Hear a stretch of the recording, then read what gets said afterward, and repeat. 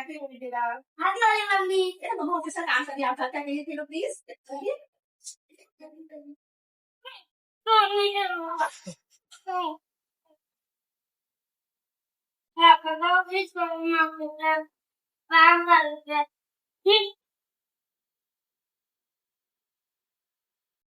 लगता है मेरा बच्चा मेरे से नाराज हो गया। चलो चलती उसके पास।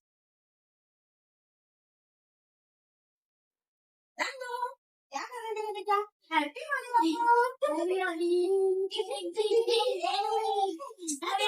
बचपन को पैसे नहीं चाहिए, बस आपके 10 मिनट चाहिए। आज होली है तो वादा कीजिए, काम बाद में, परिवार पहले, क्योंकि ये बचपन वापस नहीं आएगा।